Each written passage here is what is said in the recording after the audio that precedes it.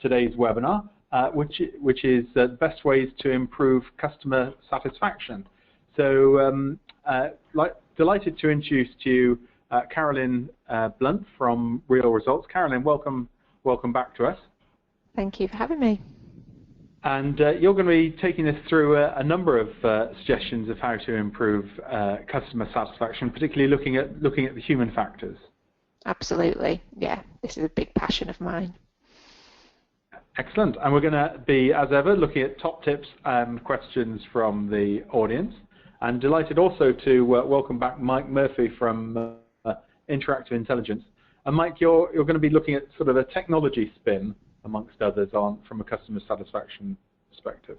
Indeed, yeah. So thank you, Jonty. It's good to be here again. And absolutely, I think we're at a point now where things are moving very, very quickly for brands, and they have to be very careful and very deliberate, I think, in how they address their issues. And I think the consumers are losing patience in organizations, and if they lose patience, they switch. Yeah. So from that perspective, I think there's an urgency now, or maybe there's a clarity, if you like, in the boardroom that things have to be better.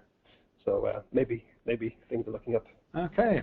Well, if you're not already logged into our chat room, the address is callcenterhelper.com/chat, and the discussion will soon be kicking off in the chat room. Very easy. Enter your first name, last name, and email. And we do have a bottle of champagne or a box of chocolates for the best tip, or for the best question. And so in the chat room, if you'd like to put #tip if you've got a tip, or #question, or even if you've got an opinion, put that in. And you can also chat with the other people in the audience as well while we're running through. There's an added advantage of being in the chat room is that you can click this link here to download the slides, and you can get access to both Mike and Carolyn's presentations. So we're going to kick off. We're looking at customer satisfaction. One part of that is ease of dealing with the company. So on a scale of 1 to 5, just like to ask you, on average, how easy or how difficult is it to deal with your company? So is it 5 very easy, going down to 1 which is very difficult? So just like to put your vote on there of how easy on a scale from 1 to 5 are you to deal with. Karen, are you expecting to see lots of 5s here? I would hope so, because that's what we're aiming for, isn't it? You know, we want it to be easy in terms of customer effort, but I think quite often we make it a lot more complicated than it is. I did a blog last week on Dude, It's Just a Banana, which was about how difficult it was just to get a banana from a restaurant. So, you know, we do overcomplicate things. Well, here's the votes in front. Only 12% say it's very easy. 42% would rate themselves 4 out of 5. 33% would rate themselves as 3 out of 5. 10% 2 out of 5, and 3% say it's very difficult to do. So, Mike, that looks a bit like my my scorecard at school, which is shows potential, but could try harder. Yeah, and you know, it's quite a, you know, it's a subjective sort of poll, but it does give the impression, if you like, from how do we measure like the ease of engaging with the customer? And I know it's kind of up there as a sort of a metric, but I kind of find it difficult to actually nail how we're going to measure it accurately. Yeah. So in that sense, you know, it's pleasing, but I'd be sort of curious from a technology point of view how to really get a good handle on it. Yeah. And I think to some extent it also depends when you ask people, because it may be that, you know, the time to ask is not, for instance, after the order has been placed, absolutely, but maybe after the package has been delivered. So a different, the complete experience has been realised. So we're going to drill down now a little bit in some of the details. We looked at customer effort. I'd like to ask a question in the chat room now, and that is, what is your biggest challenge in improving customer satisfaction? So what are some of the problems you've got in terms of making customer satisfaction perhaps best or world class? So if you'd like to enter that into the chat room, and we'll just let you type that in now. So we've got the first of the answers coming through. Marie says it's the culture of employees. Marcel also says setting employees. Mike says getting the contact center management buy-in to changes. So going up the thing. Lee says the company focuses more on revenues rather than on service. Matt says significant challenge is a cultural shift from sales-driven bonuses to a customer-centric environment, which I guess is similar to what Lee is finding. Jen is saying cost, keeping up with technology to make it easy for customers to do business with us. So I think, Mike, you might have some answers to that in your presentation. Cindy says greater upper management support for the contact center seems to be a common one there. Joshua says it's a large organization, significant difficulty getting everybody engaged and interested in improving. So again, culture change. Yep. Laura says an ever-changing technology. Mitch says, I agree, employees need to have a customer service orientated mentality. Irene says a product and internal focus. I guess if you're more internal focused, then that can be difficult. Christine says having the correct skilled resources that can move forward with the technology. Gemma says management or stakeholder buy-in is the biggest challenge. So Karen, it sounds there's quite a number of factors there, buy-in from both senior management and from people on the front line. I know you're going to be talking about some of that in a while. Yeah, there's a lot of human blockers there, isn't there? Sure. Because I think the technology, if you invest in good technology, it will facilitate your CSAT. But there is nothing that we can just simply kind of plug in and suddenly make humans always be 100% perfect and always have good days. There's going to be resistance to change, and there's going to be crises that happen, and people get defensive, and yeah, so I'll be talking about that. I've got a few more coming. Reginald has said escalation procedures and interdepartmental dependency. You can change things in the contact center, but the rest of the organization isn't changing. Ian has said customers are demanding more due to freedom of passing dissatisfaction comments on social media. I think it's interesting. That's the first customer thing we've had back. A lot of it's been quite internal. Dick has said the measurability of results. Anne-Marie has said procedures that have been put in place within my company that aren't improving and don't look as if they will change anytime soon. So I guess, the same old, same old.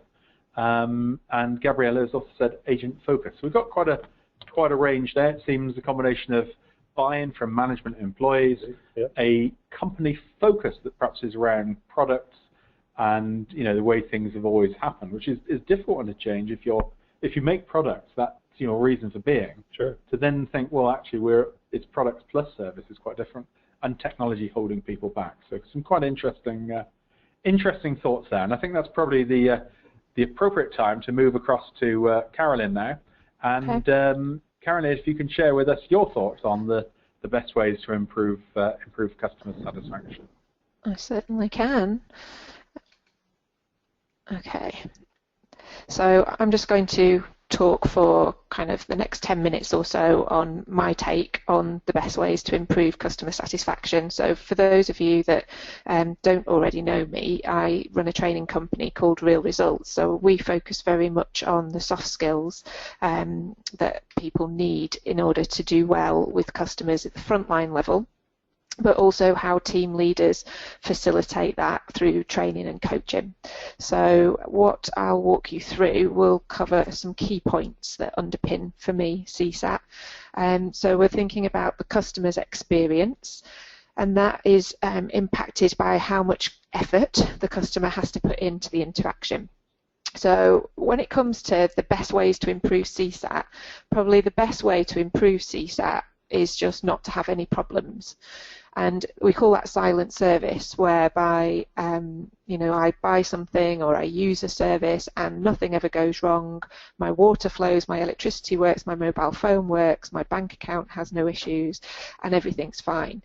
But it's only when something goes wrong or something unexpected happens that I contact the organisation, and that's when CSAT starts to drop generally. So we look at a number of things: how much effort it is to get the issue fixed, resolved, corrected, will impact the CSAT, what my expectations are as a customer, and it was interesting just seeing that comment in the chat room then about how social is potentially increasing customer expectations, so that's quite interesting.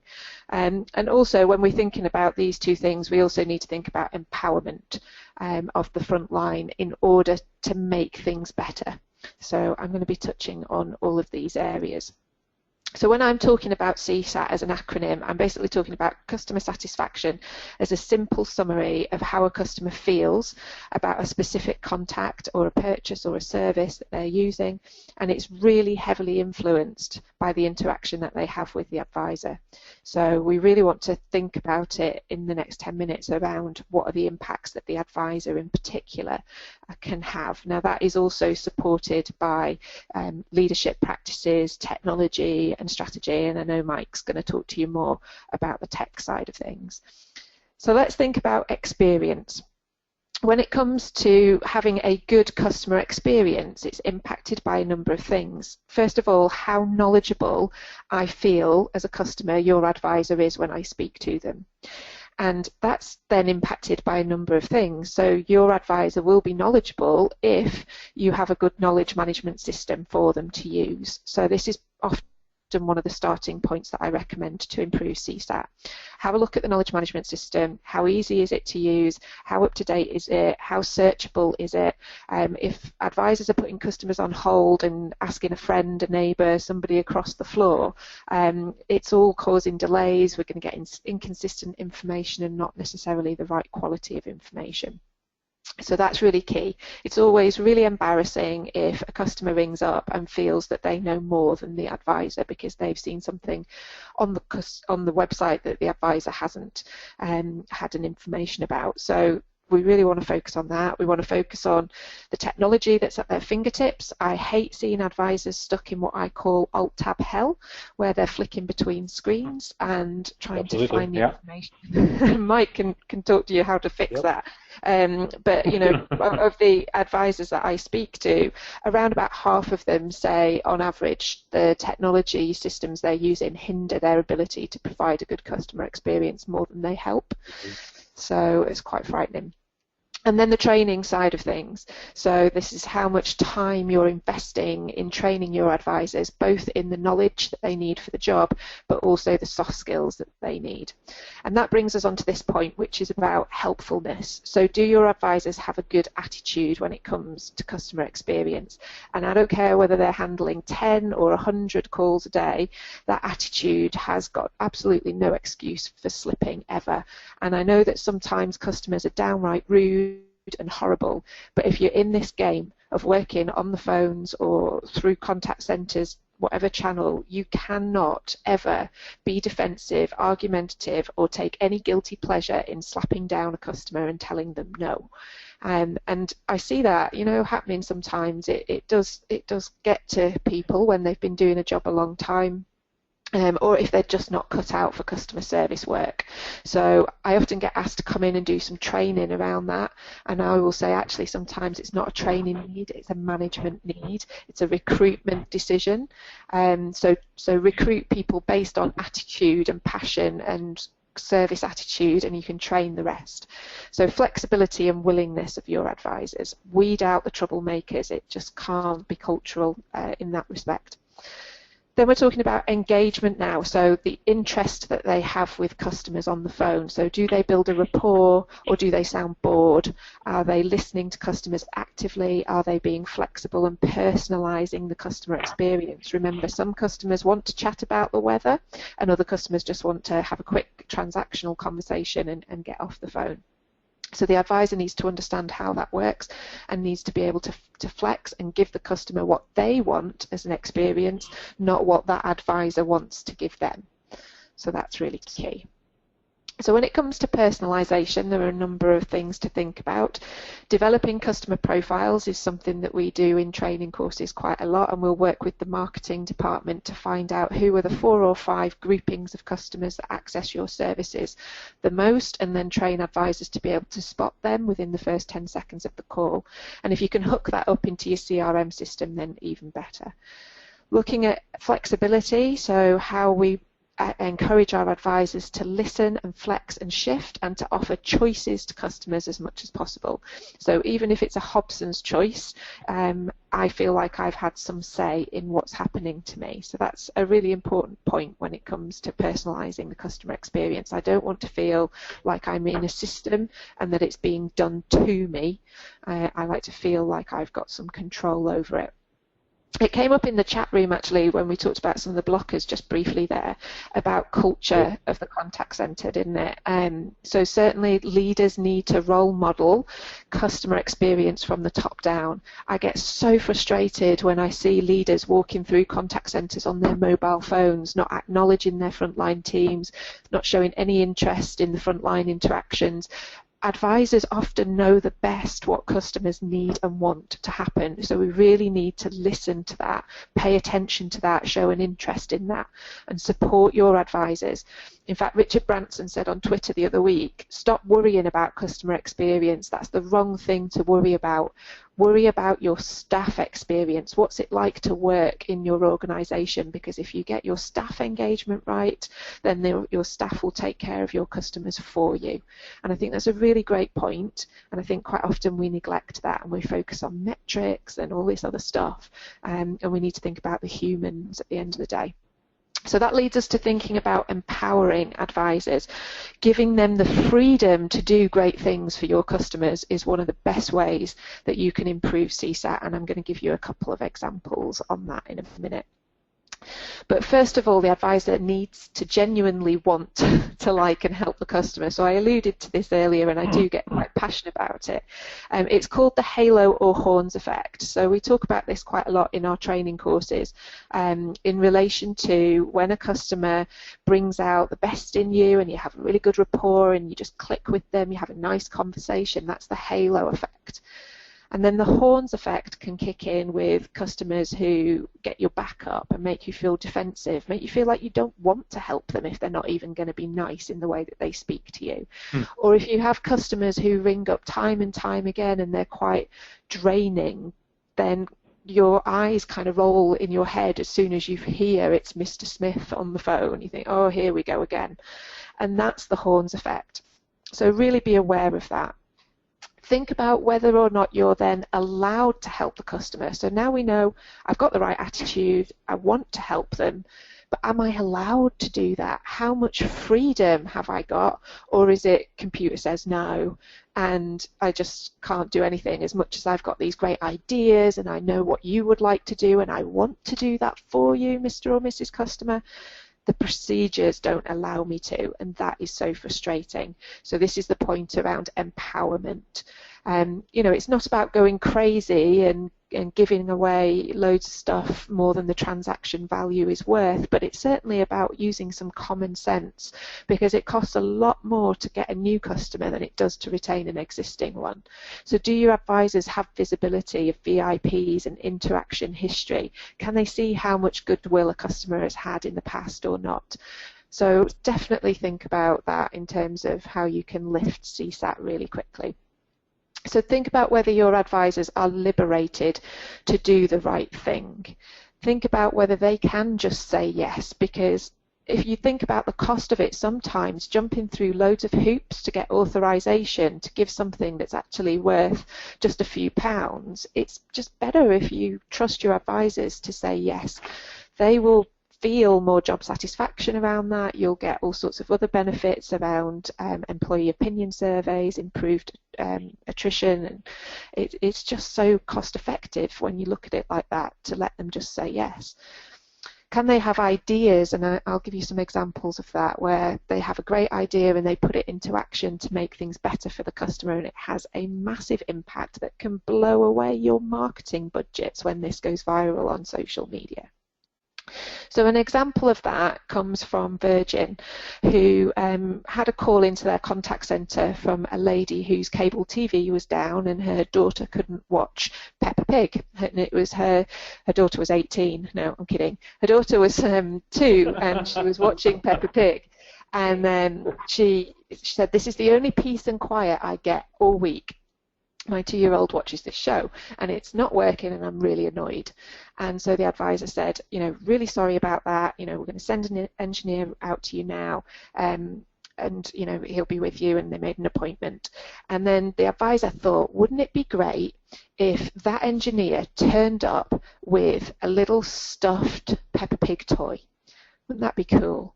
So she rang that engineer and said, could you just swing by this Sainsbury's on this road on your way to this job, just buy one of those little stuffed Peppa Pig toys, they're like £5, and we'll pay you back on expenses afterwards, and then just present it to that customer or her child. So that's what he did. The customer was absolutely blown away by that little personal touch. She took a photo of her daughter with this big cheesy grin and this Peppa Pig toy. It went viral on Twitter. It was fantastic PR for Virgin. We wrote about it in our book on social customer service. And it's just fantastic from the point of view of the advisor having the idea and being allowed to put it into practice, that service chain working, and then the result that we get from that. So turning around negative customer experiences is really great for improving CSAT. Another example of this, a few years older, but comes from O2. So they had a VIP customer who was going on holiday with his wife for 2 weeks in Barbados. He was very senior in his organisation. He needed to access his email constantly while he was on holiday. And just as he was getting on the flight, he called from his wife's phone to say that his BlackBerry had completely broken, wasn't working. And so the advisor was, you know, looking at his account, could see he was a VIP business user, spent a lot of money. And she said, leave it with me, get on your flight, don't worry about it. She took all the details of where he was staying. And when he got off his flight and got to his hotel, standing on the steps of the hotel was a butler with a silver tray with a cloche on it. So it had 2 glasses, a bottle of champagne, and the name card of this gentleman. And as he walked up the steps, he saw the name card and he said, oh, that's for me. And with a flourish, the butler lifted the cloche lid off this tray and said, well, sir, this is for you, courtesy of O2. And there was a brand new BlackBerry. And he had not just the BlackBerry, but he had the champagne to enjoy with his wife and this kind of theatrical presentation of it, which was just fantastic. And that advisor had had that creative idea of what to do with it. I mean, it would have been just satisfactory, probably beyond most people's expectations, if he'd got to his hotel, checked in, and they'd gone, oh, here's a BlackBerry for you. Brilliant. But this little bit of theatre just added this whole other element to it that meant he took photographs of it, tweeted about it. We were all still talking about it several years later. But that advisor had an idea to put something into action, and the business allowed her to do that. It gave her the freedom, the budget, the ability to make it happen. So that's really key. So just the last couple of slides from me. Just have a think about customer effort. Is it easy to do business with you? We've already done a little poll around that. So think about advisors taking the legwork out of the interaction so that they do as much of the thinking and as much of the proactive contact that needs to happen. So this is really important when we're looking at total journey, and I know Mike's going to talk to you a bit more about omni-channel. But your advisors need to have visibility of that so that they can see the value and what's gone on in the past for this customer. If you can personalise it through recognising customers from their mobile phone numbers and routing them to the last advisor they spoke to, you're going to reduce effort because they're not going to have to repeat themselves again. And if your advisors have got a good service attitude, that's going to make the whole thing so much more pleasant, and it's just going to be such a smooth interaction then. So when it comes to managing customer expectations, we need to train advisors to under-promise and over-deliver and be quite careful in the language that they use. People are very good at hearing what they want to hear. So make sure that they are using effective language. They might still have to be assertive at some times and say no in order to manage that, and that's okay. But there are some influencing skills that we can use around that. Some of our most popular products are the human touch as a workshop, conversation management, and personal resilience. So while I haven't got time to go into those courses and the underpinning assertiveness and influencing skills on this webinar, what I will do is I will send you some more free tips on those areas, which is stuff that we would normally roll out in our training courses. So if you send me a quick email to that address with the subject line freebies. I'll ping you back some attachments and a link to a YouTube video that I've made for you today as well. So that's about it from me. Do feel free to connect with me on Twitter and LinkedIn, and I will hang around in the chat room as well and have a look at some questions in there too. Thank you very much for that, Karen. I certainly love the halo and horns approach. I think that's so very insightful into the way that we sort of unwittingly, if you like, deal with customers in different situations, sort of mirroring the way they deal with us. So I think that's quite an important skill. So Karen was talking about about a lot of agent soft skills there. For instance, building interest, rapport building, listening skills, as well as the human touch and conversation management. So it's an interesting poll we've got coming up now that I'd like to ask of you. How frequently do your advisors receive soft skills training after they've had their induction period? And I'm not talking about quality monitoring, just sort of beating people up. This is actually soft skills training in things like rapport building and things such as that. So if you'd just like to vote on that, is it weekly, is it monthly, is it quarterly, is it annually, or is it seldom or never? This is once someone's left the induction stage program here. So be interesting to see what the results for this one are coming through. I think, Karen, you've probably got a clue on from all your research of which one's likely to be the most common answer. Yeah, I'd love it to be, something that happens monthly at least. But I know that we run quite a lot of training courses with people who've got long service, and they're so grateful to get some time off the phones for some soft skill stuff because they haven't had anything since their induction. So it will be interesting. Well, let's have a look at the result. And indeed, 44% have only seldom or never had any training from induction. If you add that to the 21% who get something every year, and the danger is that could be just the what you call the sheep dip training.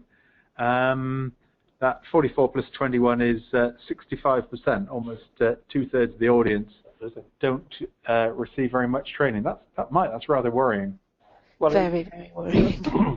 It is worrying, and really, hopefully, if you like, the webinar has kind of highlighted how we need to focus on this area, and not underestimate it. Yeah. And the skills are precious. They're crucial. Yeah. So from that perspective, hopefully the audience will sort of see the impact of the result. So I guess key learning experience number one from today is revisit soft skills training. It doesn't cost a great deal and can make a huge amount of benefit both to the company and also in morale if people feel they're being invested in. So we're going. I think people as well. It's hard to sometimes release people. I get that. They're busy doing the actual day job. So actually booking in the time to take them off to do some soft skills training, it does get pushed to the bottom of the pile, and we tend to prioritise job-specific stuff. But it is so important for keeping that good customer service interaction happening over time. We all get bad habits. And Carolyn, what would be the sort of ideal format? Is it a sort of short little thing every month or once a quarter? What would be the sort of the ideal, would you say?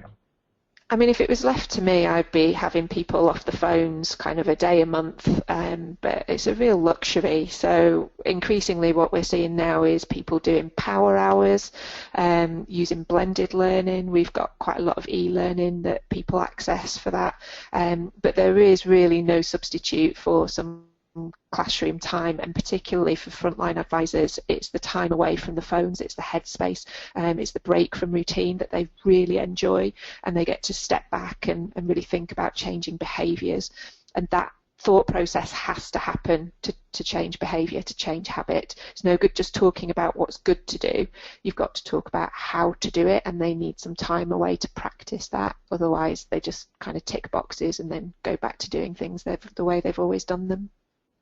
Indeed. Well, we're going to jump across to the chat room. I'm going to look at some of the top tips and questions from the audience. If you're not already logged in the chat room, here's the address here, callcenterhelper.com/chat.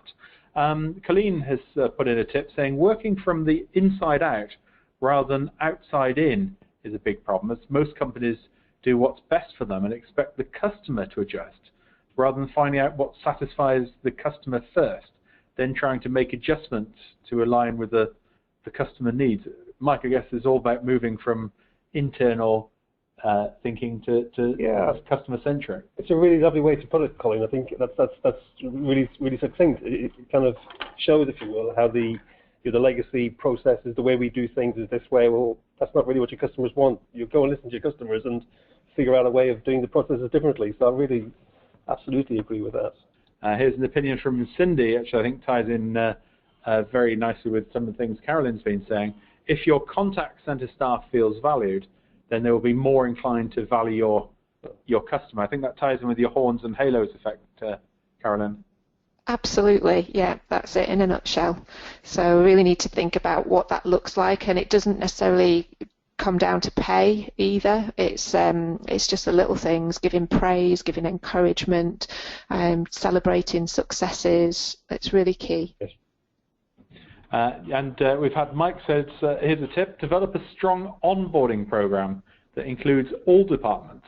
So when you get the right people, train them right and give them the support they need once on the floor to succeed. So it's about building those links into other departments. That was certainly one of the early comments. As long as those departments are customer focused and not inwardly focused, like Colleen said. So in that sense, it's all very well sort of sharing the broader organisation to the staff, but actually, as long as they're on message. Yes, I think that's for me, the qualification on that one. Yeah, indeed, and building links into other departments can be quite.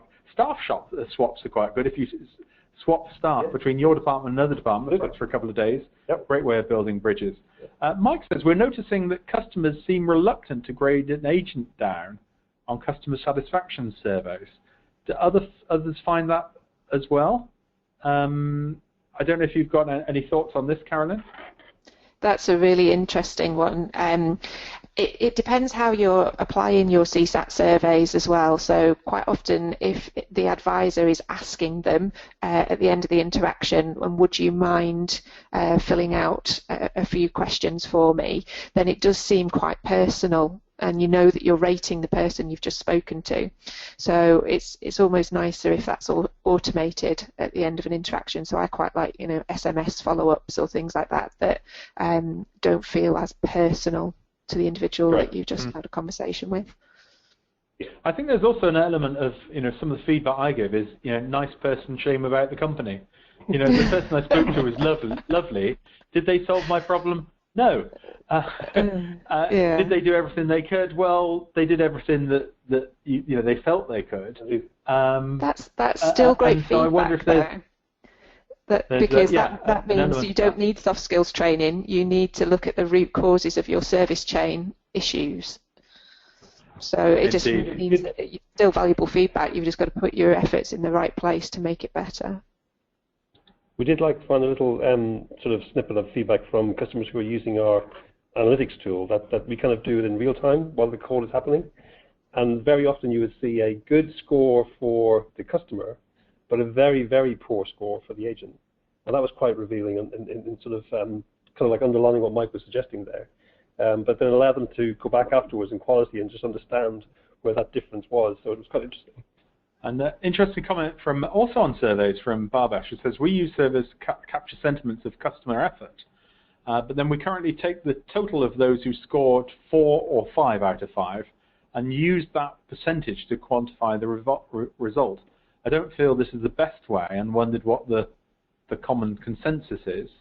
Certainly that seems to be one way of doing it. It might be worth looking at the NetEasy approach to this, which is where I think they look at the number of 4s and 5s, and then that's the positive, and then they take the number of 1s, 2s, and 3s, is the negative, and look at the difference between the two, and how positive is that in terms of moving it through.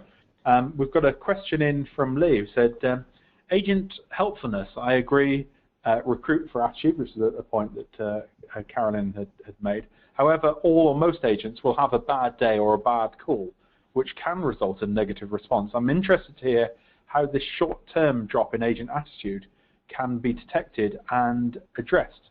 A real example would be interesting to hear. Carolyn, you've got any ideas on this one?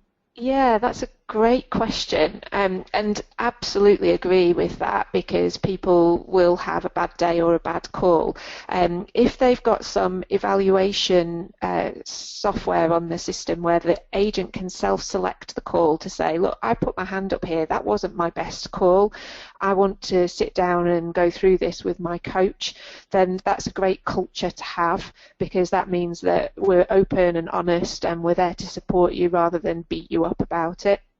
It's also about having a culture where you're not kind of doing your workforce management planning so tightly that you're not allowing people to have a little bit of a breathing space after a bad call. So one of the best things that people can do is press the reset button after a bad call rather than go straight into taking the next one, because that negativity then tends to flow into the next one and people are a bit more defensive and then they end up having a terrible day. Yep, I agree. Indeed, and we got a comment back from Ian referring to some of the survey questions we've just been talking about, which is customers will pin their scores on poor experience, even when it refers perhaps to an issues from 12 months ago, however extreme the request the customer was making. So it tends to be, often in surveys, negative comes at top. And in fact, it's quite interesting. There's a sort of hockey stick approach of people in reviews are either incredibly positive or incredibly negative. It's actually getting the surveys in the middle ground can be quite difficult. And we've got one last tip for this section before we jump on to Mike's part, which is an audience tip. Incentivize quality results rather than the number of calls, as this will produce a much higher standard of call and therefore increasing customer satisfaction. I think this is, Carolyn, ties into exactly what the point you were making on a recent webinar we did on average handling time. Yeah, and it's just got to make sure you've got the right quality framework that you're measuring against, so that you are rewarding and scoring highly the right things. So yeah, that's a whole other topic. Okay, excellent. Well, we're going to do quite pertinent. We're talking about surveys, so I'm going to ask a poll question of how often do you survey your customers? Is it seldom? Is it monthly, quarterly, annually? Or do you do it after every call? And if there's not a box that fits in with that, perhaps if you'd like to just type your answer into the chat room. How often do you survey your customers? It'd be quite interesting to see this. Not a question I think we've asked before. We should probably have said after every contact, maybe. After every contact, maybe, rather than after every call. More omni-channel correct. So. Let's have a look at the results. Well, we've got 18% seldom, 27% monthly, 15% quarterly, 13% annually, and 27% say after every call. Do you think there's, Carolyn, a danger of survey fatigue coming in if you're surveying after every call? Yes, indeed. Yeah, we do have to be a little bit careful about that. But quite often, customers will have a choice whether they want to do all of it, part of it, some of it, and all the data that we can get is obviously useful. But you don't want to survey them just because they've walked out the room and walked back in again. It's how was your experience? I only went out for a quick cigarette or whatever, a quick drink, and I'm back and now you've asked me again. So yeah, just make sure it's reasonable. And Mark says in the chat room, quite an interesting one, that all agents have to gain 5 survey responses in a day. So it's not blasting off to everyone. Sure. I guess there is a danger that you could get self-selection there. You'll only ask the ones who've had a positive experience if they'd like to absolutely fill in the survey there. That was the human factor, really. You really need, like Carolyn was saying earlier, you need to have it automated in such a way that the choice isn't for the agent to make. Preferably is for the customer to make. Indeed. Well, I think that you're going to be talking a bit about surveys and voice of the customer in your presentation, so it seems like a good time to hand across to you, Mike, and to share your thoughts on how technology might be able to be used to improve customer satisfaction. Thanks, Jonty. And yeah, so for me, really, I'm kind of I'm taking an approach today which is it might feel a bit bullish, but I really believe in what I'm saying here. So bear with me, because I would argue that the best way to improve customer satisfaction is actually to bite the bullet and invest in and deploy a true omni-channel strategy. And that way, for the first time, excuse me, your entire business, if you will be in step with your customers. And by that I mean in step with each and every one of your customers. And what I mean by being in step is having access to all of the information about them, their address details, their contact details, their preferences, the purchases they've made, and the upcoming renewals that may be due, maybe end of warranty milestones or billing or invoicing details. I want access to the delivery logistics information, where is my stuff type questions that we'd often get from our customers. I also want access to the last touch that customer made with our brand, be that perhaps a in-store touch, maybe an online touch, phone calls where the customer has contacted us, or phone calls where we've contacted the customer, emails, SMS messages, chats, social mentions. For me, really, absolutely every element of that customer's interaction with the brand, wherever it sort of happened, with whomever it happened, and wherever it happened.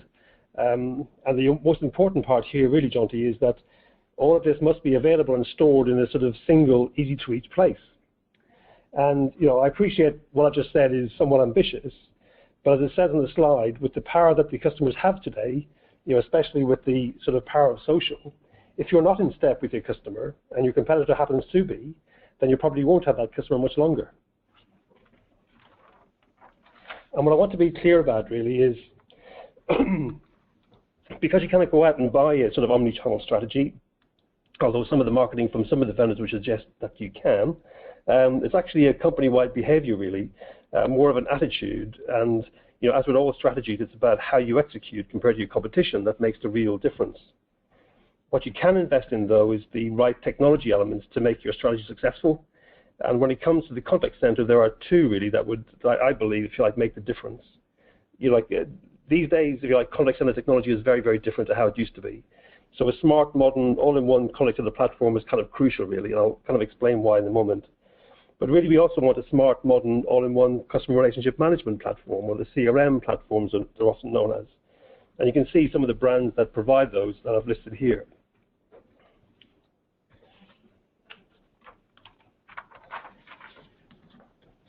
And when you bring these platforms together, then I believe you have the right tools in place to execute a good, solid omni-channel strategy.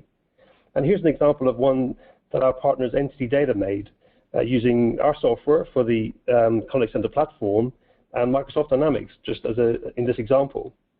And from this single screen, the agent now has access to literally all of the information that they need on that customer to be, like I said, in step with them and to deliver a great experience for them, over and over again.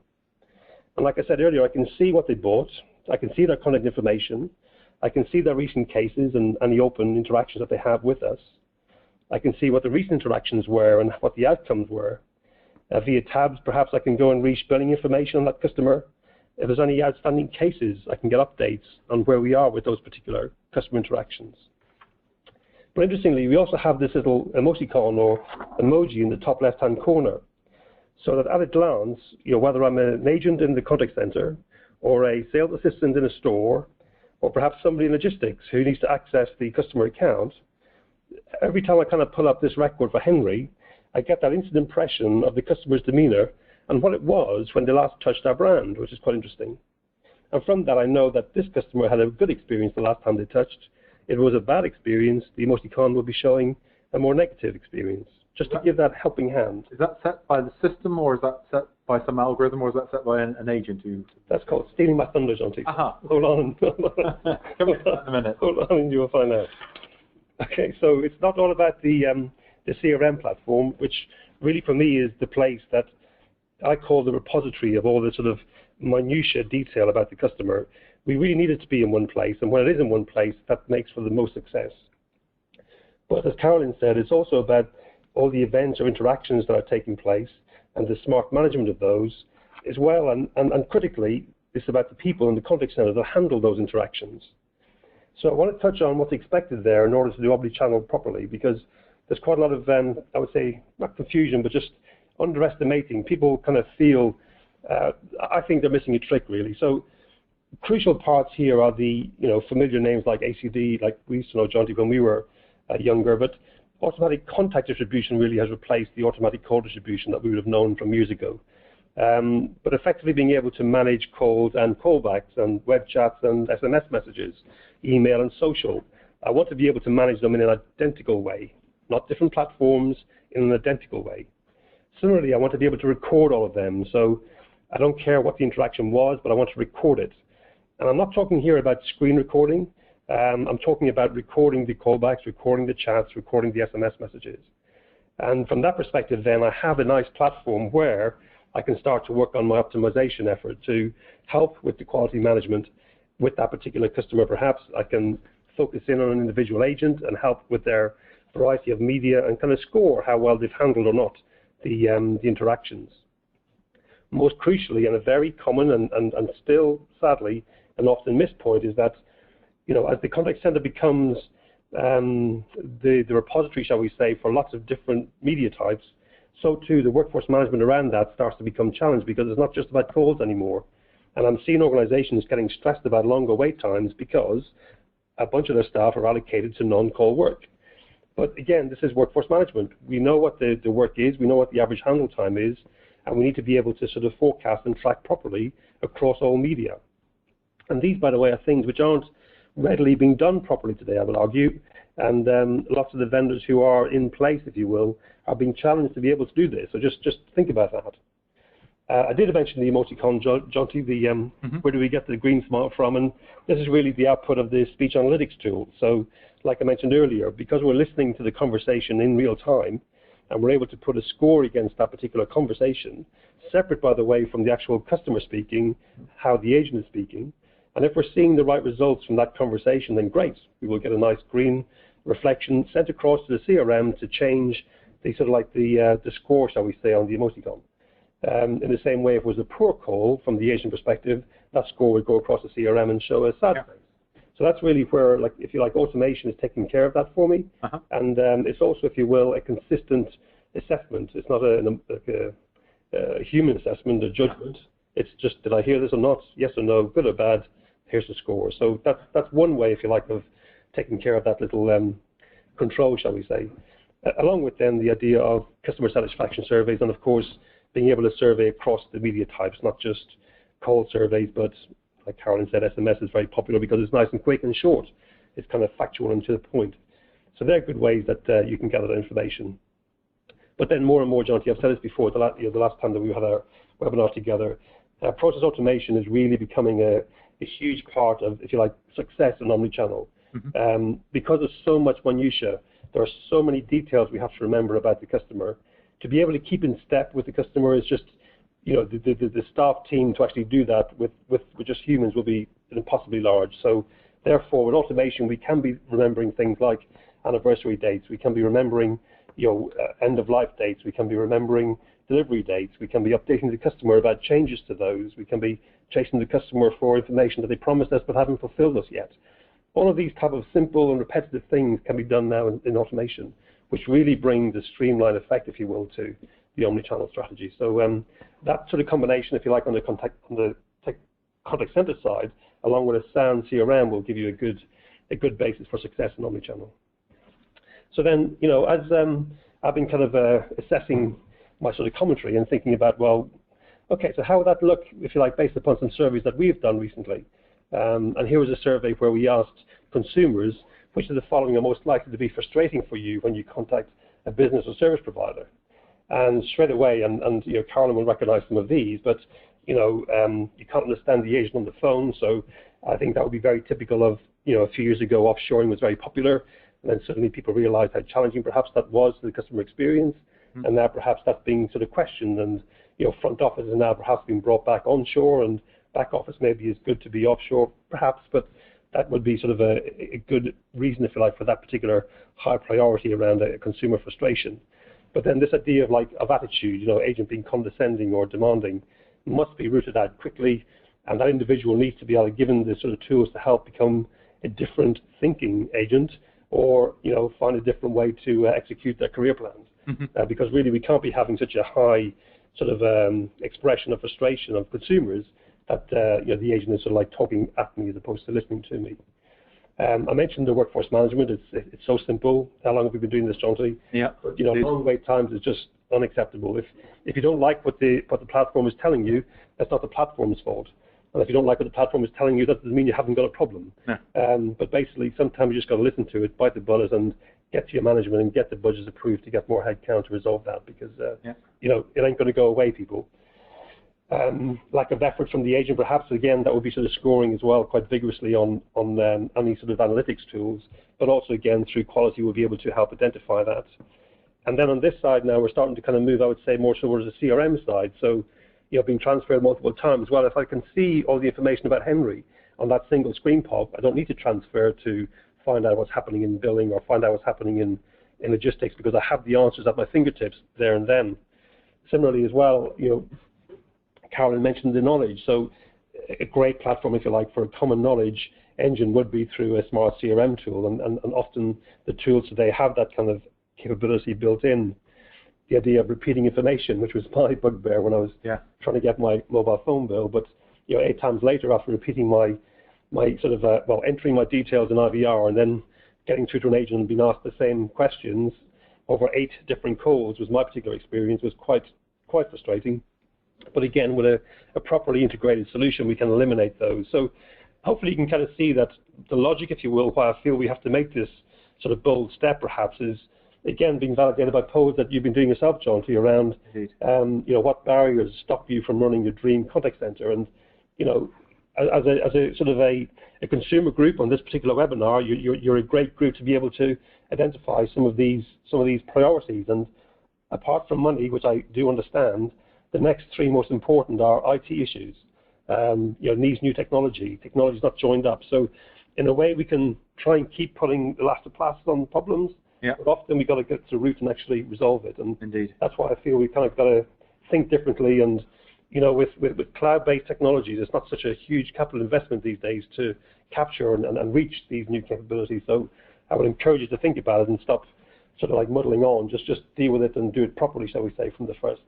And the same would apply to how important these metrics to your contact center. Well, customer satisfaction, first contact resolution, quality scores. You can kind of see are the bread and butter outcomes of a nicely joined up platform. Okay, so then just one sort of last point that I wanted to think on really was just about the actual surveys themselves. And again, one of your surveys, Jonty, here, when you survey customers, do you follow up with detractors? And we're looking here at 39% of the audience on this particular sort of score either are not sure about following up on detractors after they've taken the time to survey them. And I do really feel that's highly disappointing and obviously highly frustrating as well for those particular customers.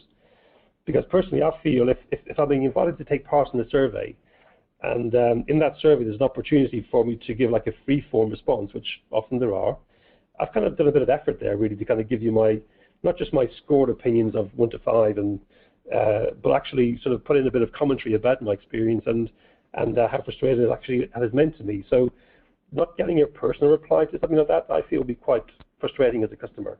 And I know of people sort of mentioning this to me about, it just goes into a black hole, nobody listens. We really have to avoid these type of circumstances. Again, if you like, remembering our emojis or emoticons, they are the same thing, right, Chelsea? Indeed, yeah.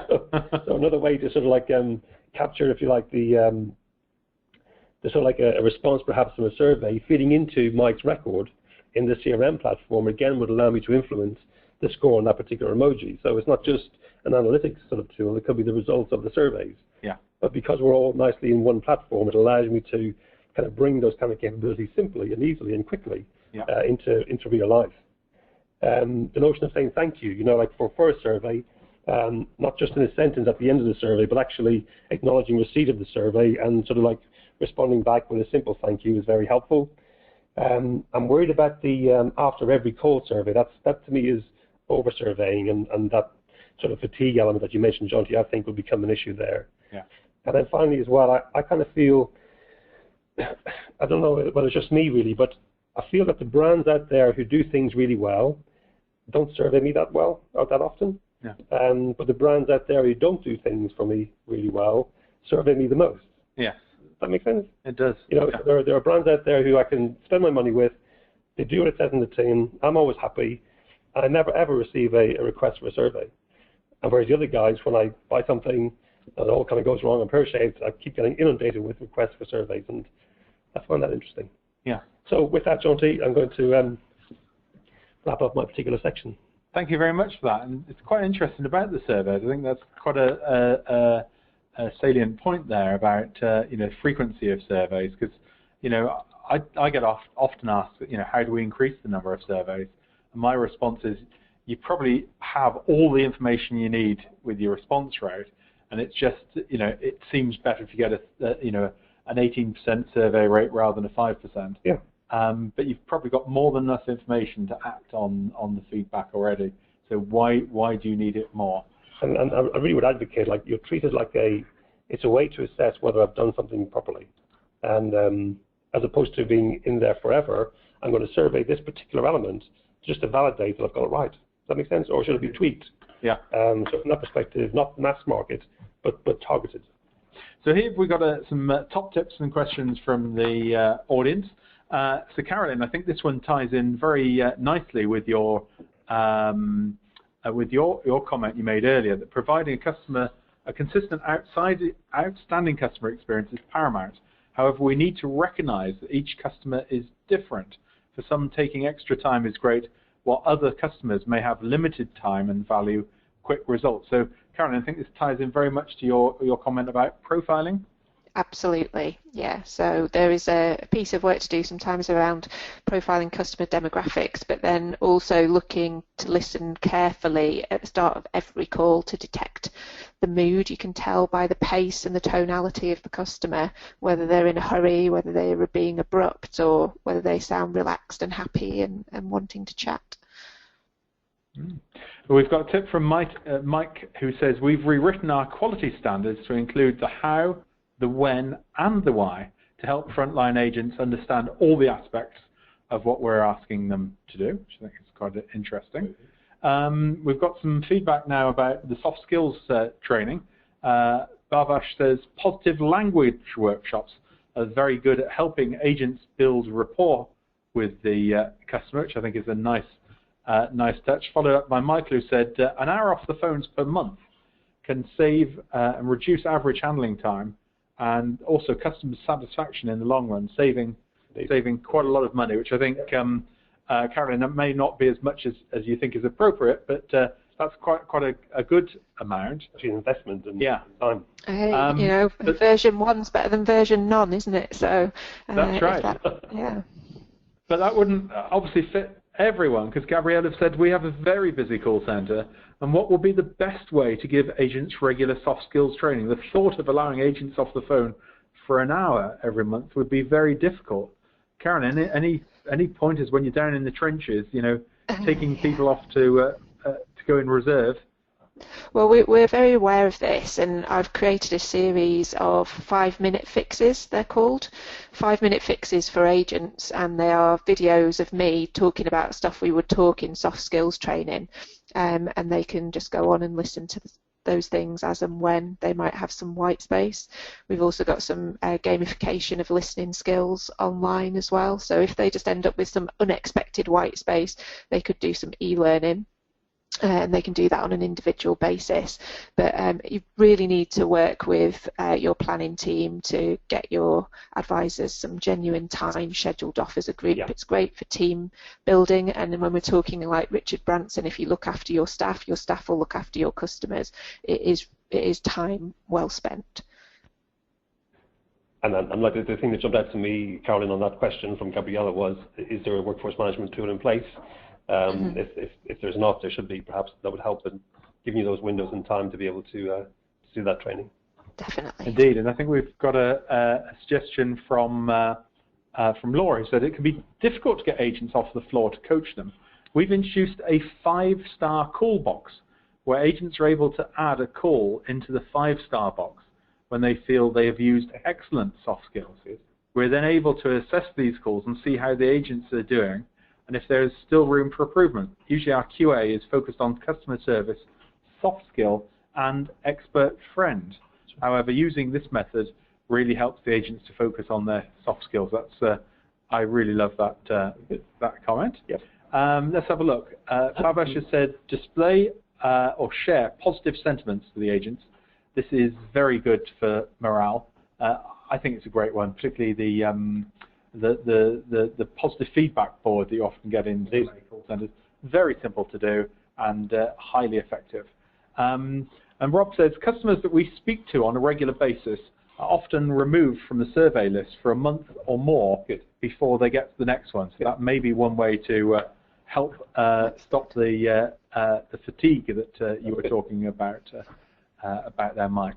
Well, we've hit the almost hit the top of the hour. So if you could type into the chat room in 1 or 2 words, what did you like best about today's webinar?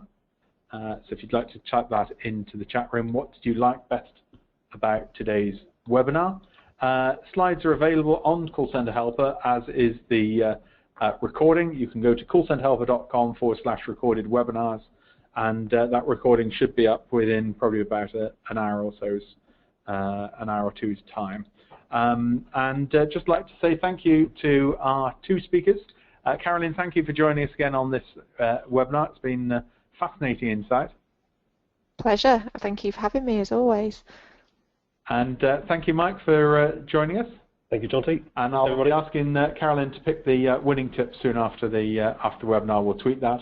And just when you leave, if you'd like to complete the survey, which we do on a weekly basis, I do review every comment in there, so there is a danger of survey fatigue, but it does shape the contents of our next webinars. So thank you very much indeed for that, and look forward to seeing you next week, where we're going to be looking at improving voice, email, and web chat. Thanks, everyone, and see you next week. Bye-bye.